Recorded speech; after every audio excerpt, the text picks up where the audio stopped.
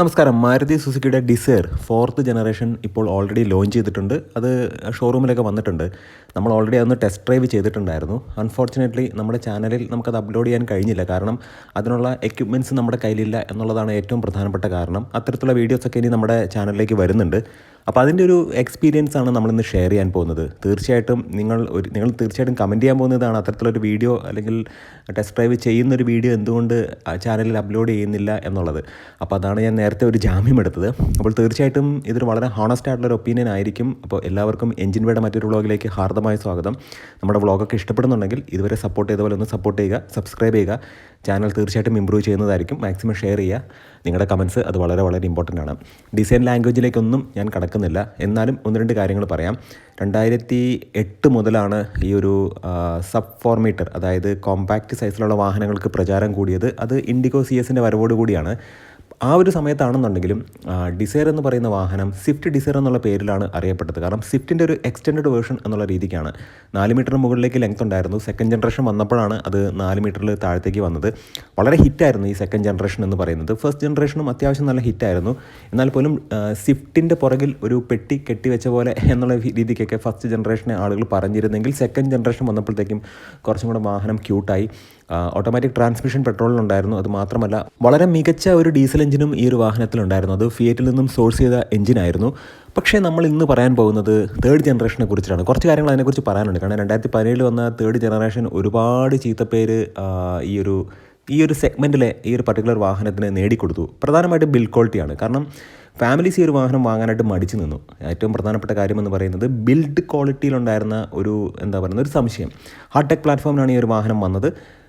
ഏറ്റവും പ്രധാനപ്പെട്ട കാര്യം എന്ന് പറയുന്നത് നമുക്കിതിനകത്തോട് ചേർത്ത് വയ്ക്കാം. അത് ടാക്സി സെഗ്മെൻറ്റിൽ ഈ ഒരു വാഹനം ഒരുപാട് വിറ്റുപോയി എന്നുള്ളതാണ്. അപ്പോൾ ടാക്സിയിലാണെന്നുണ്ടെങ്കിലും പ്രൈവറ്റിലാണെന്നുണ്ടെങ്കിലും വാഹനം നന്നായിട്ടുണ്ടെങ്കിൽ അതൊരു അത്തരം ഒരു ചിന്താഗതിക്ക് അവിടെ സ്ഥാനമില്ല. അതൊക്കെ ഓരോ വ്യക്തികളുടെ ചിന്താഗതിയാണ്. ഇപ്പോൾ നല്ല വാഹനമാണ്, അത് ടാക്സിയിൽ ഉപയോഗിച്ചെന്ന് കരുതി നമുക്ക് പ്രൈവറ്റായിട്ട് ഉപയോഗിക്കാൻ പാടില്ലേ? അങ്ങനെ ചിന്തിക്കുന്ന ഒരാളാണ് ഞാൻ. അപ്പോൾ 4th ജനറേഷൻ വന്നപ്പോഴത്തേക്കും തേർഡ് ജനറേഷൻ മുതൽ ഡിസയർ എന്നുള്ള പേരിലാണ് വന്നത്. 4th ജനറേഷൻ വന്നപ്പോഴത്തേക്കും സ്വിഫ്റ്റിന് ഒരു സെപ്പറേറ്റ് ആയിട്ടൊരു ഐഡൻറ്റിറ്റി വന്നിട്ടുണ്ട്. ഡിസയറിന് സെപ്പറേറ്റ് ആയിട്ടുള്ള ഐഡൻറ്റിറ്റി വന്നിട്ടുണ്ട്. അതിൻ്റെ ഫ്രണ്ടിലേക്ക് നോക്കുമ്പോഴത്തേക്കും വലിയൊരു എയർ ഡാം ഉണ്ട്. എനിക്ക് ഇഷ്ടപ്പെട്ട ഒരു കാര്യമെന്ന് പറയുന്നത് പെഡസ്ട്രിയൻ സേഫ്റ്റിക്ക് വേണ്ടിയിട്ട് ഫ്രണ്ടിലെ ഡിസൈൻ കുറച്ചും കൂടെ മാറ്റിയിട്ടുണ്ട്. അതായത് ഈ വാഹനം പതുക്കെ വന്ന് ഒരു പെഡസ്ട്രിയനെ ഇടിക്കുകയാണെന്നുണ്ടെങ്കിൽ അദ്ദേഹത്തിൻ്റെ ഇഞ്ചുറി മാക്സിമം കുറയ്ക്കാനുള്ള രീതിയിലുള്ള design language, cut and creases ഒക്കെ ഈ ഒരു വാഹനത്തിൻ്റെ ഫ്രണ്ടിലുണ്ട്. ആ ഹെഡ്ലൈറ്റ് എനിക്ക് ഭയങ്കരമായിട്ട് ഇഷ്ടപ്പെട്ടു. വളരെ ഒരു ice cube kind of crystalline kind of LED ലൈറ്റുകൾ ആ ഒരു വാഹനത്തിൽ കാണാൻ കഴിഞ്ഞു. വളരെ വളരെ മികച്ചതാണ്. ഫോഗ് ലാമ്പിൻ്റെ പ്രസൻസും വളരെ വളരെ അപ്രീഷിയേറ്റ് ചെയ്യേണ്ട ഒരു കാര്യമാണ്. പിന്നെ 3 സിലിണ്ടർ എഞ്ചിനാണ്. അതിലേക്ക് ഞാൻ വരാം. ബാക്കിലേക്ക് നമ്മൾ നോക്കുമ്പോഴത്തേക്കും ഒരു കാര്യം കൂടി പറയട്ടെ. സൈഡിൽ നോക്കുമ്പോഴത്തേക്കും ഓവർ ഹാങ്സ് ഒക്കെ വളരെ നന്നായിട്ടുണ്ട്.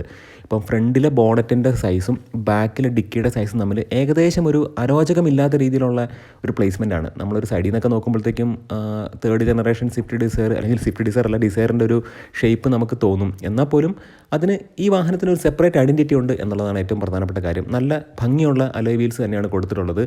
ഡിക്കി ആഡിക്വേറ്റ് ആണ്. ഏകദേശം ഒരു 315 ലിറ്ററിൻ്റെ അടുത്ത് ബൂട്ട് സ്പേസ് ഉണ്ട്. പക്ഷേ അതിനകത്തൊരു ക്ലാഡിങ്ങോ അല്ലെങ്കിൽ ഒരു ഇൻസുലേഷൻ കൊടുക്കാമായിരുന്നു. അത് കൊടുത്തില്ല. പക്ഷേ എൻജിൻ ബേയിൽ നമ്മൾ ബോണറ്റ് തുറക്കുമ്പോഴത്തേക്കും അവിടെ ഒരു നല്ല ഇൻസുലേഷൻ കൊടുത്തിട്ടുണ്ട്. അതുമാത്രമല്ല, ഈ ഒരു വാഹനത്തിൻ്റെ അകത്തേക്ക് നമ്മൾ കയറുമ്പോഴത്തേക്കും കുറച്ചധികം ഫാൻസി ഫീച്ചേഴ്സ് കാര്യങ്ങളൊക്കെ ഉണ്ട്. അതിലേക്കൊന്നും ഞാൻ കടക്കുന്നില്ല. പ്രധാനമായിട്ട് ആ കാര്യങ്ങളൊക്കെ നമ്മൾ പല വീഡിയോസിലും പറഞ്ഞിട്ടുള്ളതാണ്.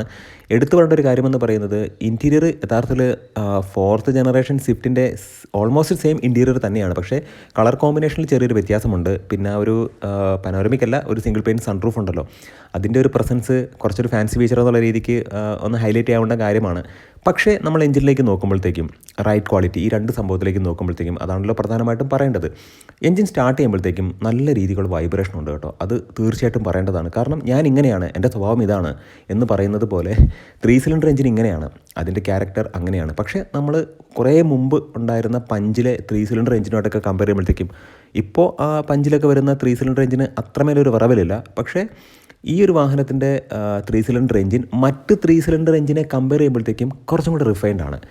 യഥാർത്ഥത്തിൽ ഈ ഒരു 3 സിലിണ്ടർ എഞ്ചിൻ എന്ന് പറയുന്നത് മാരുതി സുസുക്കി ഉണ്ടാക്കിയിരിക്കുന്നത് കൂടുതൽ ബൾക്കായിട്ട് വാഹനങ്ങൾ വിറ്റഴിക്കാൻ വേണ്ടിയിട്ടല്ല. അതൊരു മറ്റൊരു പർപ്പസിന് വേണ്ടിയിട്ടാണ്. HEV ടെക്നോളജി, അതായത് സീരീസ് ഹൈബ്രിഡ് ടെക്നോളജിയിൽ വരുന്ന വാഹനങ്ങൾക്ക് വേണ്ടിയിട്ടാണ് ഈ ഒരു 3 സിലിണ്ടർ എഞ്ചിൻ ഉണ്ടാക്കിയത് തന്നെ. യഥാർത്ഥത്തിൽ ഇപ്പോൾ ഈ 3 സിലിണ്ടർ എഞ്ചിൻ വെച്ച് വാങ്ങിക്കുന്ന ആളുകളെല്ലാം ഒരു കാലത്ത് അല്ലെങ്കിൽ മറ്റൊരു കാലത്ത് റിഗ്രറ്റ് ചെയ്യും. കാരണം മറ്റൊരു പർപ്പസിന് വേണ്ടി ഉണ്ടാക്കിയ ഒരു ജനറേറ്ററായിട്ട് ഉപയോഗിക്കാൻ വേണ്ടി ഉണ്ടാക്കിയ ഒരു എഞ്ചിൻ എടുത്ത് കുറച്ച് കാലം മാരുതി ഞങ്ങൾക്ക് തന്നു, ഞങ്ങൾ കുറച്ച് വാഹനം വാങ്ങിച്ചു.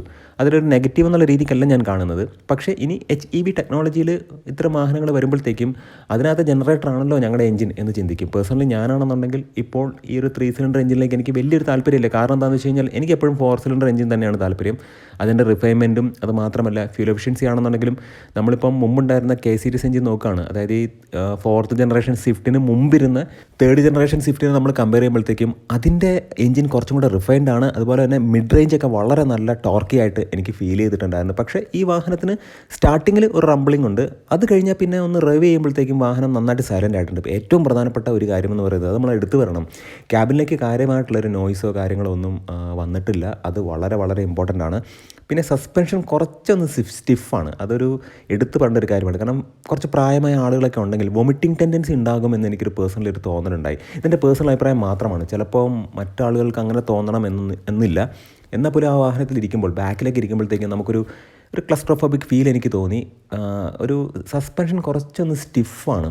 ചിലപ്പോൾ ഒരു പുതിയ വാഹനമായതുകൊണ്ടായിരിക്കും. കാരണം കമ്പനിയിൽ നിന്നും ലോഡ് ചെയ്ത് വരുന്ന വാഹനമാണ് തന്നത്. അത് ഇറക്കിയ ഉടനെ തന്നെ നമുക്ക് ഓടിക്കാനൊരു അവസരം കിട്ടി. പ്രധാനമായിട്ടും പറയട്ടെ, അതിൻ്റെ ടയർ പ്രഷറൊക്കെ കുറച്ച് കൂടിയിരുന്നു. അത് നമ്മൾ ഒരു 32ലേക്കൊക്കെ സെറ്റ് ചെയ്തു. കമ്പനി പറയുന്നത് 29-30ഒക്കെയാണ്. പക്ഷേ എന്നാലും ഒരു കുറച്ച് സ്റ്റിഫായിട്ട് തോന്നി. അത് ചില പുതിയ വാഹനം ആയതുകൊണ്ടായിരിക്കാം. ഞാൻ അങ്ങനെ നെഗറ്റീവ് അല്ല പറയുന്നത്, പോസിറ്റീവായിട്ട് ഒരുപാട് കാര്യങ്ങൾ ഇതിനകത്തുണ്ട്. വാഹനത്തിൻ്റെ വെയിറ്റ് കൂടി, അത് വളരെ വളരെ ഇമ്പോർട്ടൻ്റ് ആണ്. കുറച്ചും കൂടെ ഇതൊരു മാരുതി കാറാണോ, കുറച്ചും കൂടെ പ്രീമിയമായിട്ട് എനിക്ക് തോന്നി. നല്ല ബോഡി ക്വാളിറ്റി എനിക്ക് തോന്നി. ഷെല്ല് മൊത്തമായിട്ട് മാറിയിട്ടുണ്ട്. കാരണം എന്താ വെച്ച് കഴിഞ്ഞാൽ പണ്ടുണ്ടായിരുന്ന ഡിസയർ ആണെന്നുണ്ടെങ്കിലും സ്വിഫ്റ്റ് ആണെന്നുണ്ടെങ്കിലും നമുക്കറിയാം ഇത് സ്വിഫ്റ്റിൻ്റെ ഒരു എക്സ്റ്റെൻഡഡ് വേർഷൻ എന്നുള്ള രീതിക്ക് ഇതൊരു സെപ്പറേറ്റ് വാഹനമായിട്ട് നമുക്ക് തോന്നി. ബോഡി ഷെൽ ക്വാളിറ്റി എല്ലാം ഒരുപാട് കൂടിയിട്ടുണ്ട്. പക്ഷേ പെയിൻ ക്വാളിറ്റി കുറച്ചും കൂടെയൊക്കെ ഇമ്പ്രൂവ് ചെയ്യേണ്ടതായിട്ടുണ്ട്. അത് നമുക്ക് ബലീനമൊക്കെ നോക്കിയാൽ നമുക്കറിയാം പെട്ടെന്ന് തന്നെ തുരുമ്പൊടിക്കും. അല്ലെങ്കിൽ പെയിൻറ്റ് ഇങ്ങനെ പൊളിഞ്ഞ് പോരുക, അല്ലെങ്കിൽ ഈ നമ്മുടെ ഈ ഡോറിൻ്റെ എഡ്ജിലൊക്കെ പെയിൻറ്റ് പൊട്ടിപ്പോരുക, ഇങ്ങനെയുള്ള സംഭവങ്ങളൊക്കെ ഒരുപാട് കണ്ടിട്ടുണ്ട്. പക്ഷേ പെയിൻ ക്വാളിറ്റി മാറി നന്നായിട്ട് ഇമ്പ്രൂവ് ചെയ്യണം. പെയിൻറ്റിൻ്റെ തിക്നെസ് ഇല്ലല്ലോ. അപ്പം പെയിൻറ്റ് തിക്നെസ് മീറ്ററൊക്കെ വെച്ച് നമ്മൾ നോക്കുകയാണെന്നുണ്ടെങ്കിൽ നമുക്ക് ഈ കാര്യങ്ങൾക്ക് മനസ്സിലാക്കാൻ കഴിയും. ഇനി ഫ്യൂൽ എഫിഷ്യൻസി എന്നുള്ള രീതിക്ക് നമ്മൾ ഈ ഒരു വാഹനത്തെ ജസ്റ്റ് ആ രീതിക്ക് ടെസ്റ്റ് ചെയ്തില്ലെങ്കിൽ പോലും നമ്മളൊന്ന് മനസ്സിലുണ്ടായിരുന്നു. ഏകദേശം ഒരു 19 കിലോമീറ്റേഴ്സിൻ്റെ അടുത്ത് ഈ ഒരു വാഹനത്തിന് കിട്ടിയിട്ടുണ്ടായിരുന്നു. അതൊരു സമ്മിശ്രമായിട്ടുള്ള രീതിയിലാണ് നമ്മൾ ഓടിച്ചത്. ട്രാഫിക് ഉണ്ടായിരുന്നു, അത്യാവശ്യം നല്ല ഗ്രാമപ്രദേശങ്ങളിലെ റോഡുകളിലൂടെയാണ് നമ്മൾ കൂടുതൽ ഓടിച്ചത്. അങ്ങനെ നോക്കുമ്പോഴത്തേക്കും 18 to 19 തീർച്ചയായിട്ടും നമുക്ക് കിട്ടി. അത് വളരെ വളരെ വലിയൊരു കാര്യം തന്നെയാണ് ഇന്നത്തെ കാലത്ത്. പക്ഷേ ഈ 3 സിലിണ്ടർ എഞ്ചിൻ്റെ എന്താ പറയുന്നത്, ഒരു കാര്യം കൂടി എടുത്ത് പറയട്ടെ, ഇപ്പോഴാണ് ഓർത്തത്. അതായത് ഗിയർ ഷിഫ്റ്റിംഗ് റേഷ്യോ എന്ന് പറയുന്നത് വളരെ മിനിമമാണ്. വളരെ ഷോർട്ടായിട്ട് നമുക്ക് ഗിയർ ഷിഫ്റ്റ് ചെയ്യാൻ കഴിഞ്ഞിട്ടുണ്ടായിരുന്നു. അതായത് ഒരുപാടങ്ങ് കാല് കൊടുത്തിട്ട് ഫസ്റ്റിൽ നിന്നും സെക്കൻഡിലേക്ക് ഇങ്ങനെ വലിച്ചിടുക അങ്ങനെയല്ല. വളരെ നൈസായിട്ട് വളരെ ഷോർട്ട് ആയിട്ടുള്ള ഗിയർ ഷിഫ്റ്റിംഗ് റേഷ്യോ ഉണ്ടായിരുന്നു. വളരെ മികച്ച ഒരു പാക്കേജ് തന്നെയാണ്. ഡിസംബർ 31 വരെയുള്ള ഇൻട്രൊഡക്ടറി പ്രൈസാണ് ഇപ്പോൾ 6.78 lakh എന്ന് പറയുന്നത്. എല്ലാവരും വിചാരിക്കരുത് ഈ ഒരു പ്രൈസിനാണ് ഇനി അങ്ങ് കിട്ടും എന്നുള്ളത്. ഇത് യഥാർത്ഥത്തിലൊരു മാർക്കറ്റിംഗ് തന്നെയാണ്. കാരണം ഇനീഷ്യലി ഈ ഒരു വിലയ്ക്ക് നമുക്കൊരു വാഹനം കിട്ടും. അതായത് 10 രൂപയ്ക്ക് ഒരു സാധനം കിട്ടും. ഒരു മാസം കഴിയുമ്പോഴത്തേക്കും അതിൻ്റെ വില 20 ആവുമെന്ന് പറയുമ്പോഴത്തേക്കും പ്രോഡക്റ്റിൻ്റെ ക്വാളിറ്റി പോലും നോക്കാത്ത ആളുകൾ ഓടിച്ചെന്ന് 10 രൂപയ്ക്ക് സാധനം മേടിക്കും. ആ ഒരു മാർക്കറ്റിംഗ് ഗിമ്മിക്സ് ആണ് ഇവിടെ നടക്കുന്നത്. തീർച്ചയായിട്ടും നിങ്ങൾ ശ്രദ്ധിക്കേണ്ട ഒരു കാര്യം എന്ന് പറയുന്നത് വാല്യൂ ഫോർ മണിയാണ് ഈ ഒരു വാഹനം. അത്യാവശ്യം നല്ല കംഫർട്ട് കാര്യങ്ങളൊക്കെ ഉണ്ട്. എൻജിൻ റിഫൈൻമെൻറ്റ് ഒരു രീതിക്ക് വരെ ഓക്കെയാണ്. അത്യാവശ്യം ഫ്യൂൽ എഫിഷ്യൻ്റ് ആയിട്ടുള്ളൊരു വാഹനമാണ്. മികച്ച ഹാൻഡ്ലിങ്ങും റൈഡിങ് കംഫർട്ട് ഈ ഒരു വാഹനത്തിനുണ്ട്. എന്നാൽ പോലും സസ്പെൻഷൻ കുറച്ച് സ്റ്റിഫായിട്ട് എനിക്ക് തോന്നി. അത് പുതിയ വാഹനം ആയതുകൊണ്ടാണോ എന്നെനിക്കറിയില്ല. തീർച്ചയായിട്ടും ഈ ഒരു വാഹനം നിങ്ങൾക്കൊരു ഫാമിലി പർപ്പസിന് കൺസിഡർ ചെയ്യാവുന്നൊരു വാഹനമാണ്. നല്ല നല്ല വ്ളോഗ്സ് വേണമെങ്കിൽ വീണ്ടും കാണാം. തീർച്ചയായിട്ടും 3 സിലിണ്ടർ എന്ന് പറയുന്നത് എനിക്ക് പേഴ്സണലി അത്തരം 3 സിലിണ്ടർ എഞ്ചിനോട് വലിയ താല്പര്യമില്ല. 4 സിലിണ്ടർ എഞ്ചിൻ തന്നെയാണ് ഏറ്റവും റിഫൈൻഡ് ആയിട്ടുള്ള എഞ്ചിൻ. കുറച്ച് കാലം ഡ്യൂറബിൾ ആയിരിക്കും. അപ്പോൾ നിങ്ങളുടെ സ്നേഹത്തിനും സപ്പോർട്ടിനും ഒരിക്കൽ കൂടെ നന്ദി. ഹോണസ്റ്റ് ആയിട്ടുള്ളൊരു അഭിപ്രായമാണ് ഷെയർ ചെയ്തത്. നിങ്ങളുടെ അഭിപ്രായങ്ങൾ തീർച്ചയായിട്ടും കമൻറ്റ് ചെയ്യുക. നന്ദി, നമസ്കാരം.